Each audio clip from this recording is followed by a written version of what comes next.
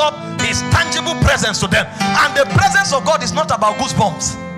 Goosebumps is your emotional response, your psychological response. The presence of God is a spiritual infrastructure that communicates its tangibility. That's why anybody who carries God's presence becomes a wonder. What was the weapon that Israel used when they went out of Egypt? They didn't have a trained army. They didn't have economic structure.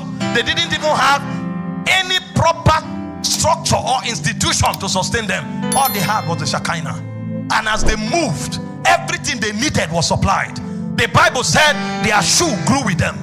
The Bible said there was none feeble among their tribe. The Bible said he rebuked kings for their sake. Even when they brought Balaam to curse them, they were not aware that somebody was cursing, but they carried a radar. And because that radar was there, Balaam tried and tried. Curse was not working.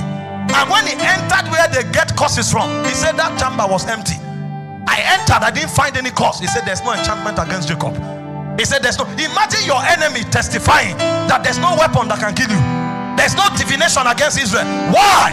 He said the shout of the king is in their midst. So a man who carries God's presence carries the roar of God. Oh, try him, you'll be amazed. Go to the shrine, call his name. What will appear will be thunder. And then you are wondering, I called Nathaniel, what is coming? The shout of the king is in their midst. I'm telling you the secret of invincibility. That certain men move around, you look at them in the flesh and you think they are normal until you touch them. That's when you discover that they move with the Sabaoth himself. The whole entourage of heaven goes with them. You don't know why they look simple, yet they cannot be harmed. You don't know why they look simple, yet nothing can bring them down. They move with an entourage. The presence of God. But it is open for everyone who will worship. This is why there are things you should not be persuaded to do. Don't let anybody encourage you to pray. Don't let anybody encourage you to fast. Don't let anybody encourage you to give. And don't let anybody encourage you to worship. You don't do it, your life, the struggles and perils of your life will show you that you have erred. Through worshipers. This conference is a ground of impartation for the rise of worshipers. I'm telling you, some of you, your family, you look left, look right, there's no helper. You are the helper.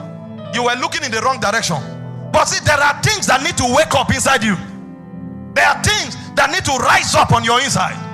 I remember a few years ago, the best I had was to be a HOD in a secondary school.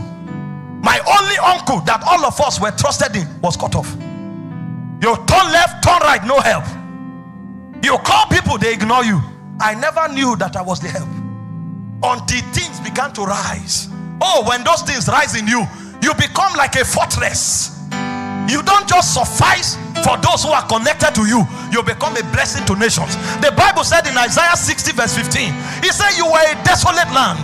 He said no one walked through you. He said but I have made you an eternal excellency, the joy of many generations. He didn't say I will make you.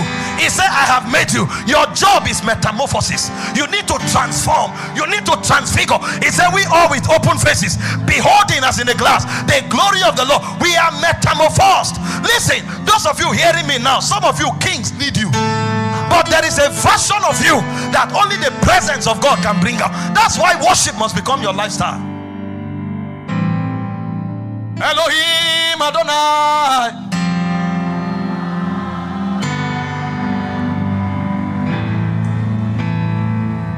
Please sit down. I'm rounding up.